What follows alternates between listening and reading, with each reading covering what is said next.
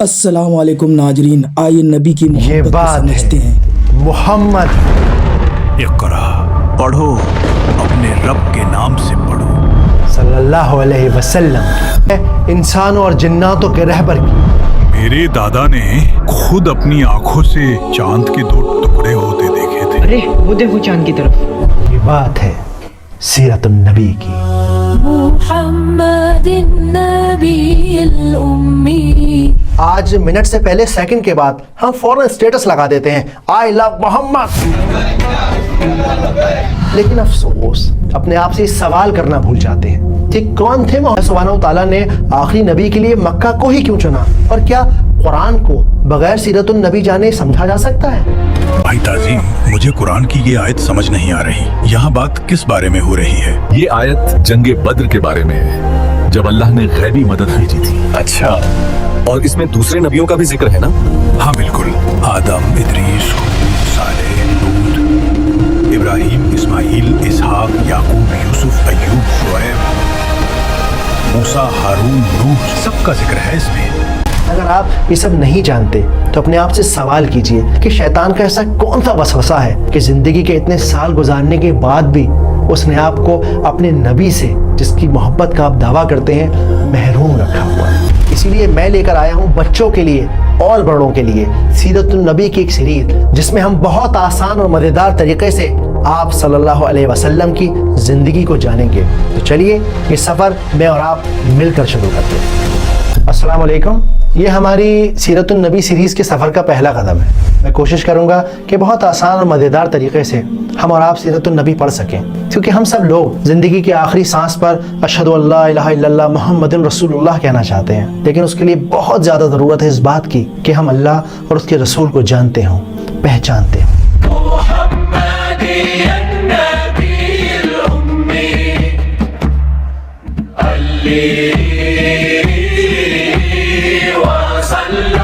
अब सबसे पहले सवाल ये खड़ा होता है कि यार सीरतुन नबी पढ़नी क्यों है, इसका फ़ायदा क्या है? उसके लिए ये वीडियो देखिए। कुरान में ये बात आई है कि हम जानते हैं कि तुम्हारा नेचर इमिटेटिंग है, तुम दूसरों की नकल करोगे, उनके जैसा बनने की कोशिश करोगे, तो हमने तुम्हारे लिए दुनिया की सबसे सबसे सबसे सबसे बेहतर एग्जाम्पल सेट की है। इनकी पैरवी करो, इनको फॉलो करो। And there are over 50 verses in the Quran that command us to take the Prophet ﷺ as an example. कान लकुम फी रसूलिल्लाह उस्वतुन हसना। फरमाया ए मुसलमानों, तुम्हारे लिए अल्लाह के रसूल में एक उसवा है, नमूना है, बेहतरीन नमूना। अब जबकि ये बात साबित हो चुकी है कि ये कुरान में अल्लाह सुब्हानहू तआला ने हम सबको हुक्म दिया है, तो उलमाओं की राय ये है कि आप सल्लल्लाहु अलैहि वसल्लम की ज़िंदगी को जानना फ़र्ज़ुल ऐन है। फ़र्ज़ुल ऐन क्या होता है? यानी हर इंडिविजुअल के ऊपर ये फ़र्ज़ है कि वो अपने नबी की ज़िंदगी को जाने, क्योंकि आप बिना जाने बिना पहचाने कैसे किसी को फॉलो कर सकते हैं। दूसरा, ये ईमान के मुकम्मल होने की शर्त है। अरबी ज़बान में इसे शर्तुन सेहतुल ईमान कहते हैं, यानी ईमान के कंप्लीट होने की एक कंडीशन है। और तीसरी बहुत बहुत बहुत इंपॉर्टेंट बात, आशिक क्या चाहता है? आशिक चाहता है कि उसे उसके महबूब की खबर मिलती रहे। अच्छा, उसे वो बात पसंद है क्या?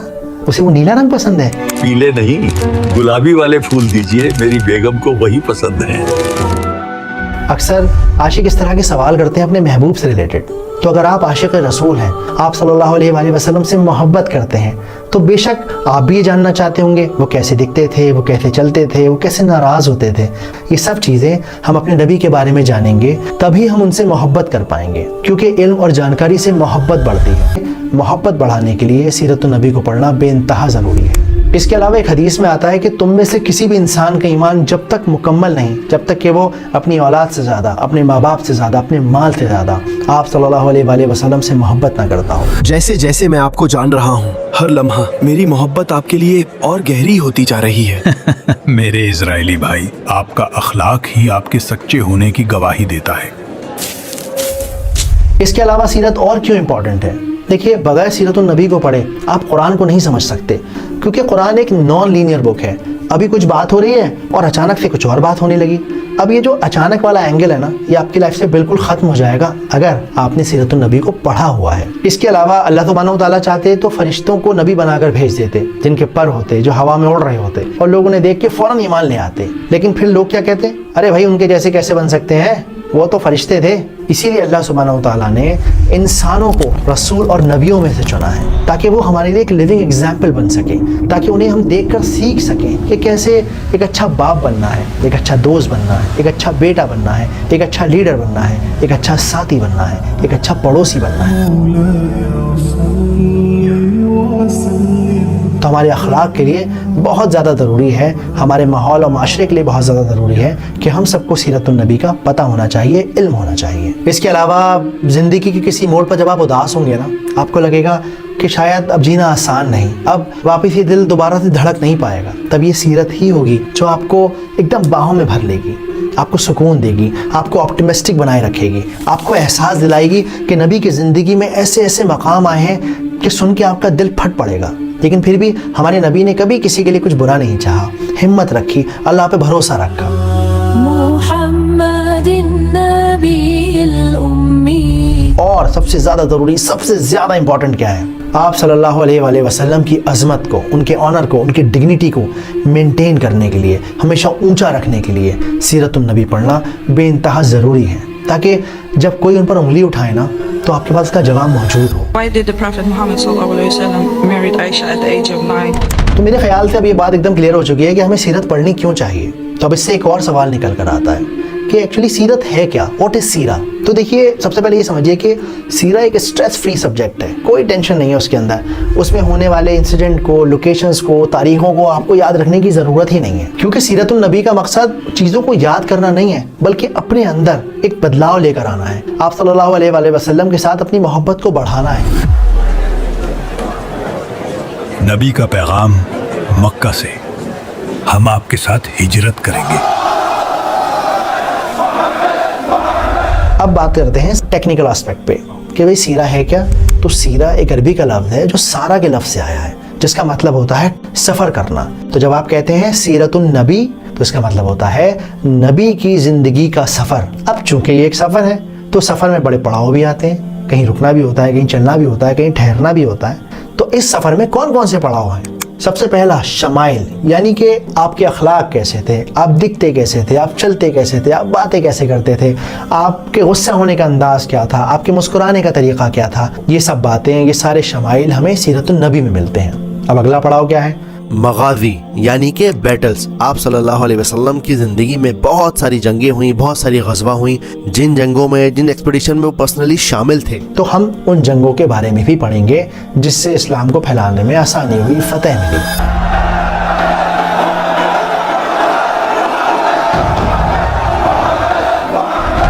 اس کے علاوہ جو تیسرا اور آخری پوائنٹ ہے وہ ہے احوال, یعنی کنڈیشنز. اب کیسی کنڈیشن؟ وہ حالات جب آپ بھوکے تھے, وہ حالات جب آپ اکیلے تھے, وہ حالات جب آپ صحاباؤں کے ساتھ تھے, یعنی آپ کی فزیکل کنڈیشن, آپ کی سوشل کنڈیشن, آپ کی ایموشنل اسٹیٹ. بھوک کی وجہ سے میں نے پیٹ پر پتھر باندھا ہوا ہے. اللہ کے نبی نے 2 پتھر باندھے ہوئے.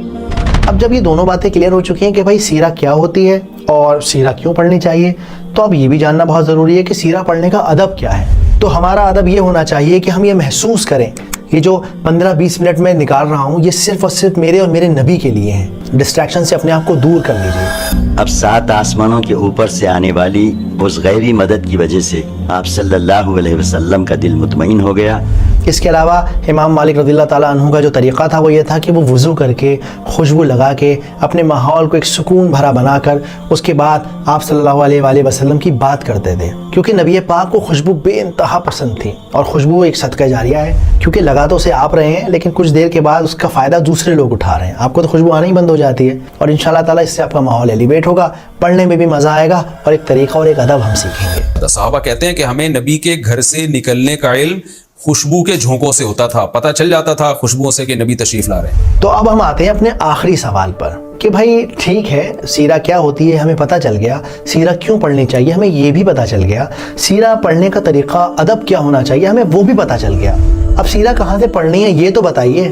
آپ صلی اللہ علیہ وآلہ وسلم کے گزرنے کے 130-140 سال کے بعد ایک ہسٹورین ہوئے ابن اسحاق, انہوں نے سوچا کہ بھئی دین ایجپٹ میں, افریقہ میں, پرشیا میں, ساری دنیا میں پھیل رہا ہے, تو کیوں نہ میں آپ صلی اللہ علیہ وآلہ وسلم کی زندگی کو ایک جگہ اکٹھا کروں تاکہ لوگ ان کے بارے میں بہتر طریقے سے جان سکیں اور سب جگہ ایک بات مکمل طور پر پہنچ سکے. ابن اسحاق नबी की सीरत लिखना आसान नहीं। ये जो बेड़ा तुमने उठाया है काफी हिम्मत का, लेकिन बहुत मुश्किल काम है। मुश्किल तो है, लेकिन आपकी सच्ची सीरत को लोगों तक पहुंचाना जरूरी है। बेशक, अल्लाह तुम्हारे काम में आसानी करे।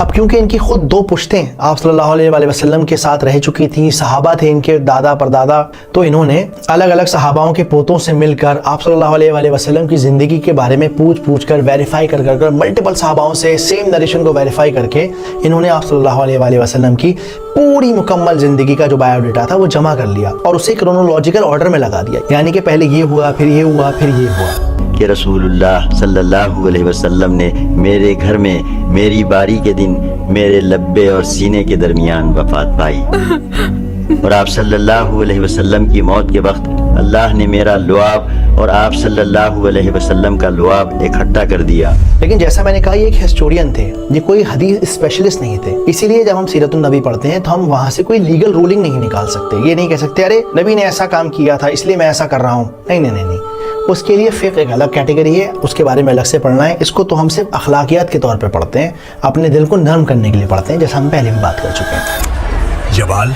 ये देखो, ये वाली हदीस और इस पन्ने पर भी एक कमजोर रिवायत है। इब्ने इसहाक की तहकीक में कुछ कमियां हैं। सही कहा, चलो मुफ्ती साहब को खबर करते हैं। फिर कुछ वक्त गुजरा और इनके एक स्टूडेंट हुए, उनका नाम था इब्ने हिशाम। इब्ने हिशाम ने महसूस किया कि मेरे उस्ताद ने बहुत ज़्यादा लंबा क्रोनोलॉजिकल ऑर्डर बना दिया है, तो उन्होंने क्या किया, जो कमज़ोर हदीसें थी, कमज़ोर रिवायत थी, उन्हें अलग निकाल दिया और फिर जाकर उन्होंने 3 वॉल्यूम की किताब बनाई जिसको हम सीरे इब्ने हिशाम कहते हैं। ये किताब फैक्चुअली इतनी ज़्यादा करेक्ट थी कि पूरी दुनिया के मुसलमानों ने इसे हाथों हाथ एक्सेप्ट कर लिया, यहाँ तक कि इब्ने कसीर, इमाम अल-सुयूती, इमाम अल-बैहक़ी, इन सब उलमाओं की किताबें इब्ने हिशाम की सीरतुन नबी पर ही बेस्ड हैं। इसके अलावा दुनिया की हर किताब सीरतुन नबी की इन 3 किताबों पर बेस्ड है। अब क्योंकि वक्त बदलता चला गया, लोगों के पास वक्त कम हो गया या लोगों के पास उतनी अंडरस्टैंडिंग नहीं रही, तो सीरतुन नबी को मुख्तसर किया जाने लगा, छोटा किया जाने लगा, समराइज किया जाने लगा। मकतूब, अभी तक सीरत मुकम्मल नहीं की?